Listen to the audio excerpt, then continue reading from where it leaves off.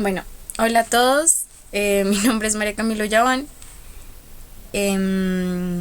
Soy estudiante del curso de bases de datos espaciales y el día de hoy les quiero explicar el tema 27 llamado Clustering sobre índices. Entonces, inicialmente, quiero comenzar con unos conceptos previos. Voy a empezar con lo que es la definición de clúster espacial.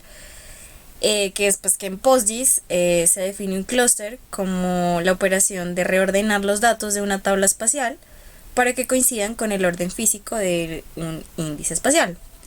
Entonces también tenemos la definición de índice, que es una estructura basada en cajas envolventes, más conocidas como bounding boxes, útil para operar con geometrías en bases de datos espaciales. También se puede decir que los índices son una estructura de datos con apuntadores a registros dentro de una base de datos, algo así como lo que vendría siendo un índice en un libro, y su principal beneficio es el de agilizar las consultas a los datos y por lo tanto dar eficiencia a las bases de datos. También tenemos el concepto de clustering, que es una técnica de análisis de datos que agrupa elementos similares en conjuntos llamados clusters. Este método es fundamental en el aprendizaje automático no supervisado, ya que permite clasificar datos sin necesidad de etiquetas previas.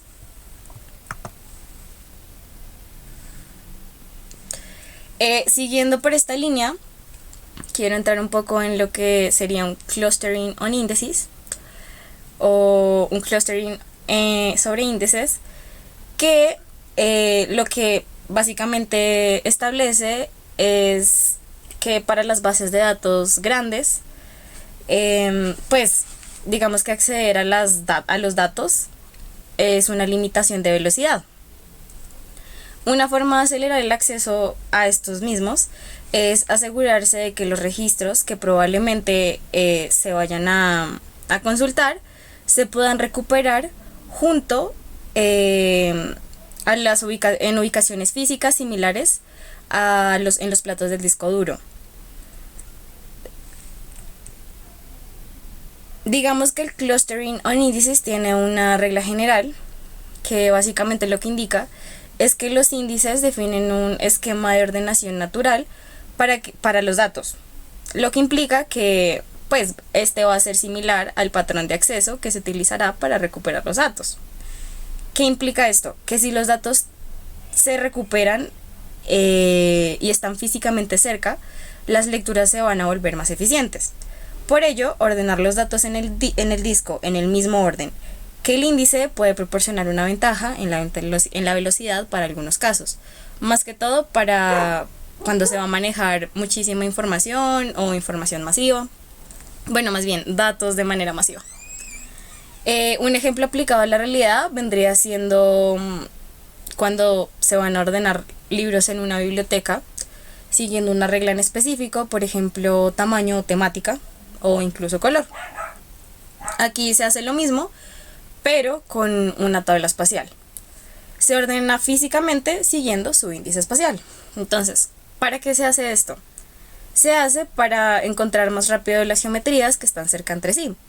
Esto acelera búsquedas como qué está cerca, qué se intersecta, qué está dentro y demás.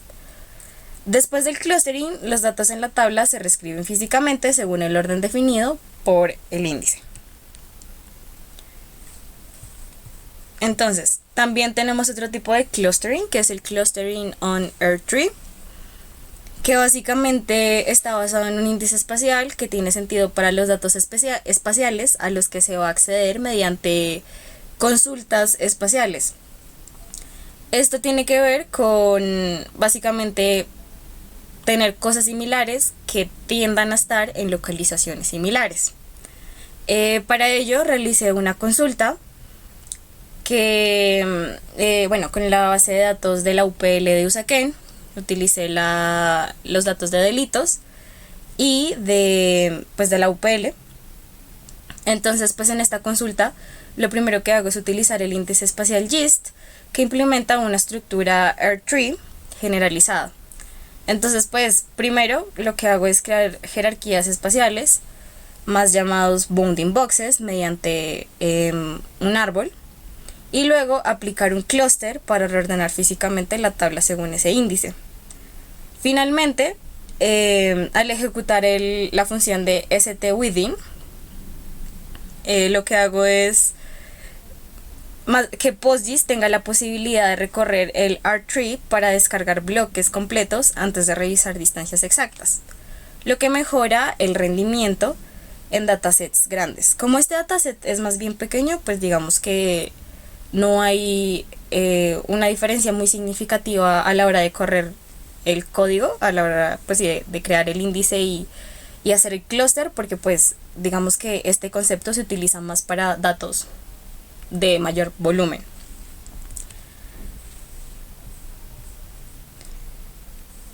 Listo.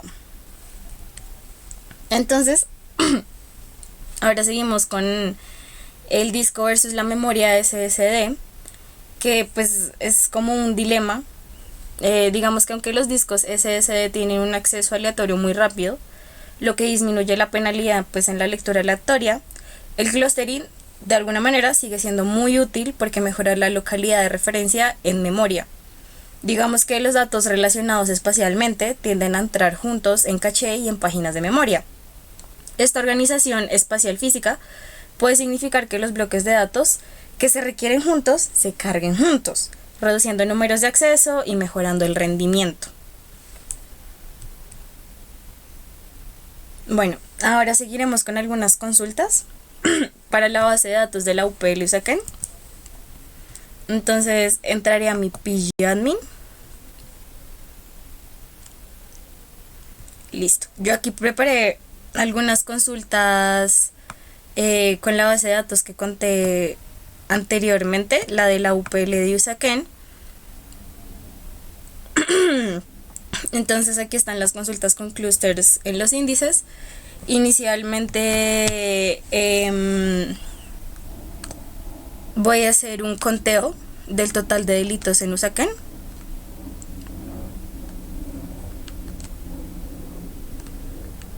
Ok, perdí conexión. No puede ser. Bueno, les voy a explicar también cómo hacer para conectar su base de datos en QGIS con pgadmin. Básicamente ustedes lo que van a hacer es ir a base de datos, administrador de base de datos, y van a ir a PostGIS, UPL Usaquén. Digamos que aquí se supone que ya está conectado. Entonces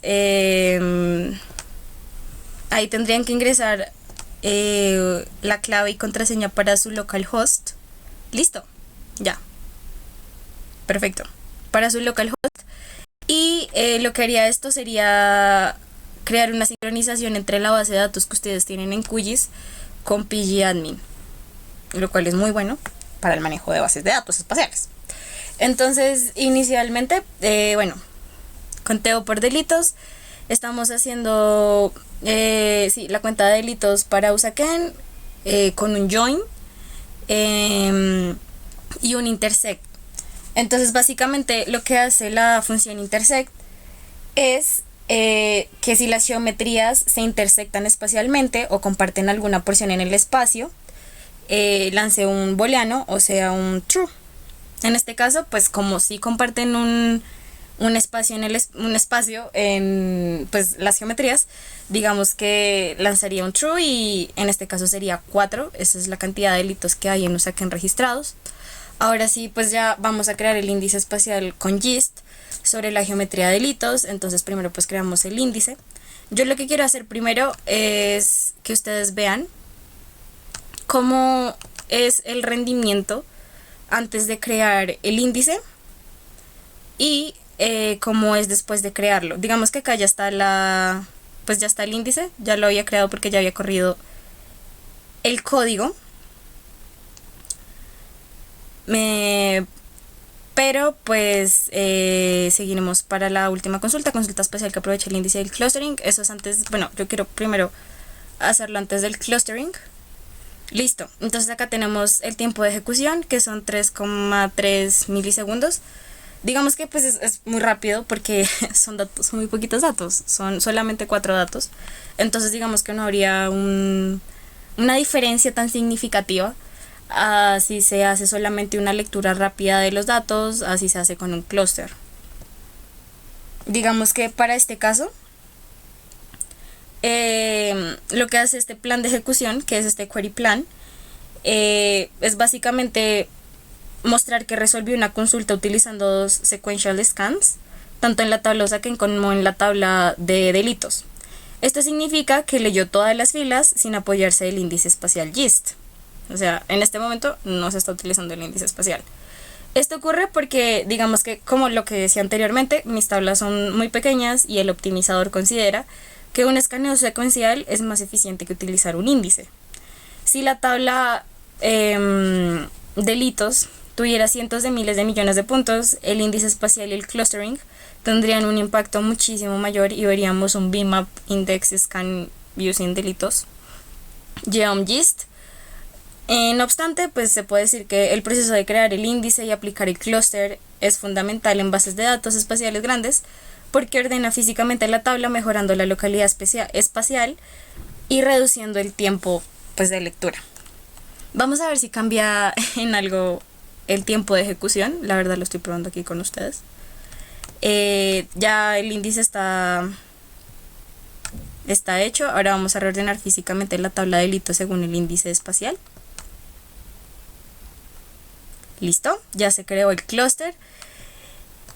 Y bueno, esta es una buena práctica que yo les recomiendo a ustedes y es actualizar las estadísticas para que el planner use bien el nuevo orden. O sea, básicamente hacer como un refresh con la función vacuum analyze. Entonces vamos a hacer eso. Siempre traten de hacerlo después de que hagan el clúster. Ya después de que ustedes ya hagan el clúster, actualizan las estadísticas y ahí sí ya digamos que hacen la consulta ya con el clúster hecho y con el índice. Entonces, ahora sí. Listo, 3:22:24. Sí, digamos que fue menos, un milisegundo menos, pero pues lo que digo, como son tan pocos datos, no hay una diferencia significativa en la cantidad de tiempo que se va a demorar en procesar la consulta. Igual, digamos que se puede decir que es importante realizar un clustering para cuando ustedes tengan datos muy extensos o una gran cantidad de datos, porque esto les va a agilizar muchísimo más el tiempo de respuesta y aparte la cantidad de la RAM que estén utilizando. Entonces, listo. Vamos a mirar también las funciones importantes dentro de los clustering on índices. Una de las funciones importantes es cluster justamente, que tiene como objetivo reordenar los datos en la tabla para que coincida con el orden del índice. Entonces pues va con este orden: cluster, option, table name y using index name, que es el nombre del índice, y las opciones que pues sí es como el verbose, que puede ser de tipo booleano. Entre algunas conclusiones y recomendaciones a las que podemos llegar de todo este procedimiento que les acabo de explicar es que el clustering on índices puede ofrecer pues ganancias de rendimiento muy significativas en algunos aspectos, principalmente cuando la tabla es grande, cuando la mayoría de consultas usan un mismo índice espacial y pues la tabla es relativamente estática o se puede volver un clúster regularmente. También podemos decir que es una técnica especialmente útil en escenarios SIG, cuando se hacen consultas espaciales frecuentes, ventanas de mapa, joins espaciales, etcétera, que fue como lo que acabamos de ver. Yo utilicé un join. Y como otra buena práctica, digamos que usar índices espaciales adecuados, pueden evitar columnas geométricas con null cuando se espera clúster y aplicar clusters tras cargas masivas o antes de operaciones de lectura intensiva. Y ya, eso sería todo. Gracias por ver este video. Espero que hayan aprendido mucho. Y eso es todo. Nos vemos en la próxima.